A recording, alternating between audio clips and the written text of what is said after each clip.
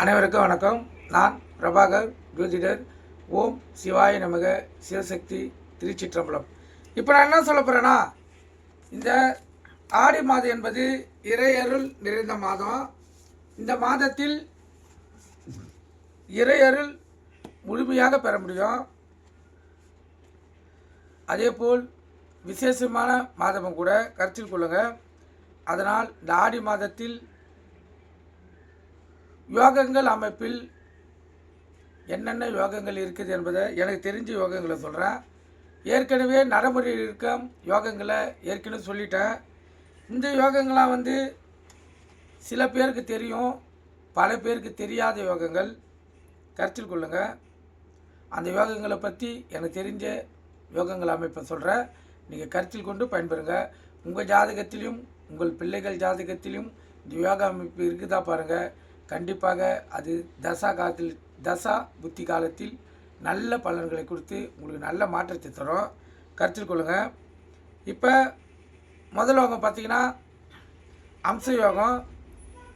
ராஜகிரகமான குரு பகவானால் ஏற்புடைய யோகம்தான் இந்த அம்ச யோகம். குரு பகவான் வலிமையுடன் லக்னத்துக்கு கேந்திரத்தில் ஆட்சி உச்சம் பெற்றிருந்தால் இந்த அம்ச யோகம் ஏற்படும். இந்த யோகம் உள்ளவர் நல்ல அறிவாளியாகவும் அனைத்து சிறப்புகளும் பெற்று மதிப்புமிக்க வாழ்க்கை வாழக்கூடிய அமைப்பை இந்த யோகம் ஏற்படுத்தி தரும். கருத்தில் கொள்ளுங்கள். கேந்திரனா 1, 4, 7, 10 இதான் கேந்திரம். இந்த இடத்தில் குரு பகவான் வலிமையுடன் அமரணும். அது ஆட்சி உச்சன்னு லக்கணத்திலிருந்து. அப்போ இந்த அம்ச யோகம் நல்ல பலனை கொடுக்கும். கருத்தில் கொள்ளுங்கள். ரெண்டாவது யோகம் பார்த்திங்கன்னா மருத யோகம். இந்த யோகத்துக்கு முழுக்க முழுக்க ராகு பகவான் தான் காரணம். கருத்தில் கொள்ளுங்கள். லான் போட்டு லக்கணம், அங்கிருந்து ராகு பகவான் 3, 6, 11 ஆகிய இடங்களில் சுபகிரகங்களை பார்வை பெற்று இருந்தால் இந்த மருத யோகம் ஏற்படும். இந்த யோகா அமைப்பை பார்த்திங்கன்னா நல்ல செல்வ சுகத்துடன் சிறப்புடன் வாழ்க்கை அந்த ஜாதகருக்கு அமையும். அது ஆணாக இருந்தாலும் பெண்ணாக இருந்தாலும். இந்த ஜாதகர்கள் எக்காரத்தை கொண்டும் கெட்ட காரியங்களை செய்ய மாட்டாங்க. கருத்தில் கொள்ளுங்கள். இந்த அமைப்பு இந்த ஜாதகருக்கு இருந்தால் அவங்க நல்ல பண்பு மிக்கவராக இருப்பார்கள். மூணாவது யோகம் கேசிமா யோகம். இந்த யோகம் பார்த்திங்கன்னா லக்கணம் 8ஆம் இடம், 9ஆம் இடம், 10ஆம் இடம். இந்த இடத்து அதிபதிகள் தங்கள் சொந்த ராசியில் இருந்து பாவிகள் பார்வை பெறாமல் இருந்தால் சகல மேன்மையான சுபபோகங்களை பெற்று வாழக்கூடிய வாய்ப்பை இந்த கேஸ்மா யோகம் ஏற்படுத்தி தரும். இது ஒரு சிறப்பான யோகம். கருத்தில் கொள்ளுங்கள். அடுத்த யோகம் பார்த்திங்கன்னா வாசியா யோகம். இந்த யோகத்துக்கு முழுக்க முழுக்க அதிபதி பார்த்திங்கன்னா சுக்கிரன் தான்.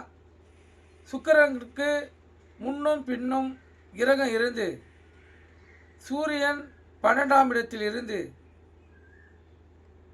ஒரு ஜாதகத்தில் இருந்தால் இந்த வாசிகா யோகம் ஏற்படும்.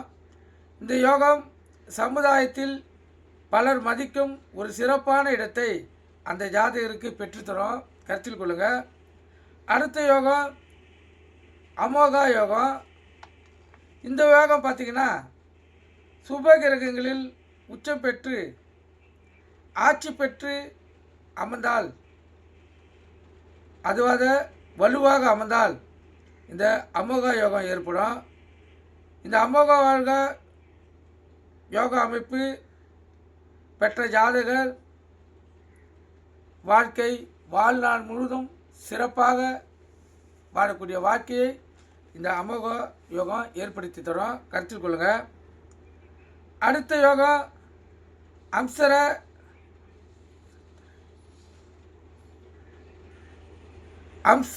அம்சக்கர யோகம். இந்த யோகம் பார்த்திங்கன்னா முழுக்க முழுக்க சரலக்கணக்காரர்களுக்கு பொருந்தும். சரலக்கணமாக இருந்து சனி உச்சம் அடைந்து குரு சுக்கிரன் கேந்திரத்தில் வலுவு பெற்று சூரியனும் செவ்வாயும் லக்கணத்துக்கு 4, 7, 10 ஆகிய இடங்களில் இருந்தால் இந்த அம்ச சக்கர யோகம் ஏற்படும். அல்லது 4 கிரகங்களாவது ஆட்சி பெற்றிருந்தால் இந்த யோகம் ஏற்படும். இந்த யோகம் பெற்றவர்கள் பெரிய ஞானியாகவும் மகான்களாகவும் இருப்பார்கள்.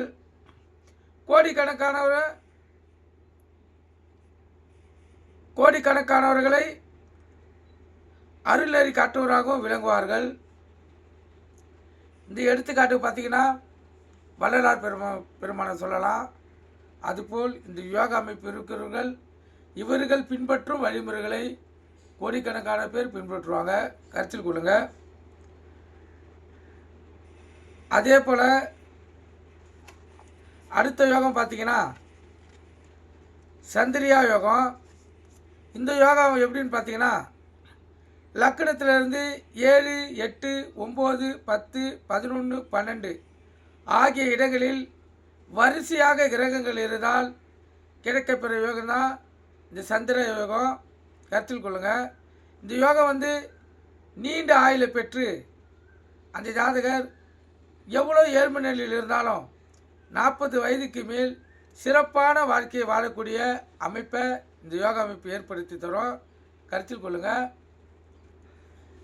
அடுத்த யோகம் பார்த்திங்கன்னா சச யோகம். இந்த யோகத்துக்கு அதிபதி பார்த்திங்கன்னா சனி பகவான். சனி பகவான் ஆட்சி உச்சம் பெற்று கேந்திரத்தில் தங்கினால் கிடைக்கப்பெறுவது தான் இந்த சச யோகம். ஆனால் செல்வம் அதிகமாக இருந்தாலும் அந்த ஜாதகர் ஈக குணம் உடையவராக இருப்பார். கடின சித்தம் கொண்ட சுயநலத்தோடு செயல்படுவார். ஏழைகள் யாராக வந்தால் அவங்களுக்கு தர்மம் செய்ய மாட்டார். மிகவும் வடிகட்டின கஞ்சராக இருப்பார். அதே போல் இந்த ஜாதகருக்கு தனிப்பட்ட முறையில் வாழ்க்கை சுகமாக அமைந்து அவருடைய ஆயுளும் பலமாக இருக்கும், கருத்தில் கொள்ளுங்கள். அடுத்த யோகம் பத்திர யோகம். இதுக்கு முழுக்க அதிபதி புதன் பகவான் தான், கருத்தில் கொள்ளுங்கள். இது புதன் பகவானால் விசேஷமாக அளிக்கப்பட்ட யோகமாகும். இதை பற்றி சில நூல்கள் பலவிதமாக கூறியுள்ளன என்றாலும் அனுபவத்தில் ஒத்து வருவது என்பது லக்னம் அல்லது ராசி கேந்திரத்தில், அது 1, 4, 7, 10 இதான் கேந்திரம். கேந்திரத்தில் புதன் ஆட்சி உச்சம் பெற்று இருந்தால் இப்படிப்பட்ட பத்திர யோகம் ஏற்படும். இது உபய ராசிக்காரர்களுக்கு மிக சிறப்பாக வேலை செய்யும். இப்போ எடுத்துக்காட்டாக பார்த்தீங்கன்னா கன்னியில் புதன் இருந்தால் அவங்களுக்கு விசேஷ யோகத்தை அள்ளி தருவார். அதேபோல் மிதுனத்தில் புதன் இருந்தாலும் யோகா அமைப்பு அமோகமாக இருக்கும். இந்த பத்திர யோகம் கிடைக்கப்பெற்றவர்கள் கல்வி வித்தை, எந்த ஒரு காரியம் செய்தாலும் அதில் வெற்றி, சகல வித்தைகளிலும் புகழ் பெற்று விளங்குவார்கள். கலைத்துறையில் இவங்க இறங்கினாங்கன்னா பேரும் புகழும் செல்வாக்கு என்று அமோகமான வாழ்க்கையை வாழக்கூடிய வாய்ப்பு அவங்களுக்கு ஏற்படும், கருத்தில் கொள்ளுங்கள். அதுக்கு அடுத்த யோகம் சாமுத்திரியா யோகம். இந்த யோகா அமைப்பை பார்த்திங்கன்னா லக்கணத்துக்கு 3, 5, 7, 9, 11 ஆகிய இடங்களில் சுபகிரகங்கள் இருந்து இல்லை சந்திரன் சுக்கிரன் இந்த 2 கிரகங்கள் அதில் அமைந்திருந்தாலும், அதை வல்லபெற சந்திரன் சுக்கிரன் அமைந்திருந்தாலும் கிடைக்கப்பெற யோகம்தான் இந்த சாமுத்திரியா யோகம்.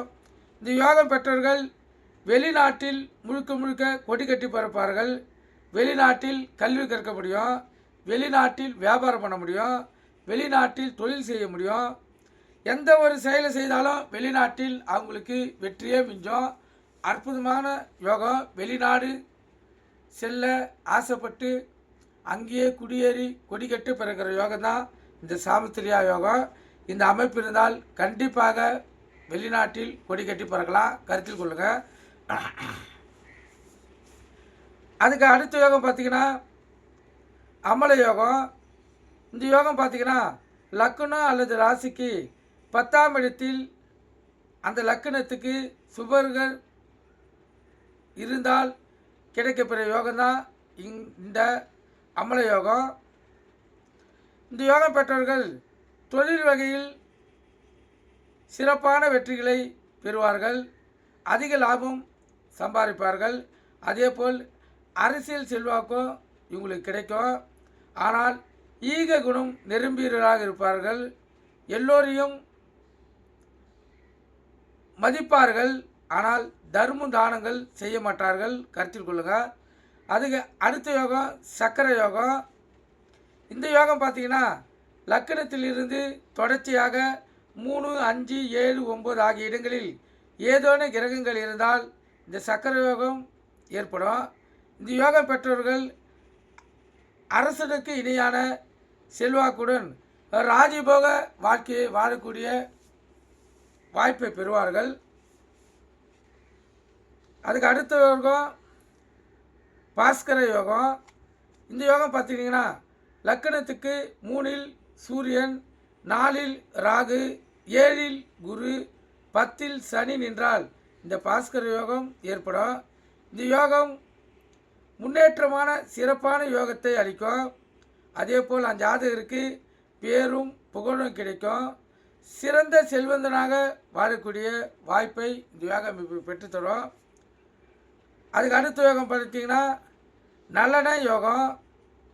இந்த யோகம் எப்படி பார்த்திங்கன்னா நல்ல கிரகங்கள் தங்களுடைய வீட்டில் ஆட்சி பெற்று தங்களின் நட்பு ராசிகளில் தங்கினால் கிடைக்கப்பெறுவது தான் இந்த நல்லெண்ண யோகம்.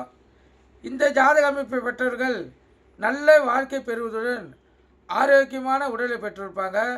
அதேபோல் சாமர்த்தியமாக வாழக்கூடிய அமைப்பு பெற்ற ஜாதக அமைப்பை கொண்டவர்கள் இவர்கள்.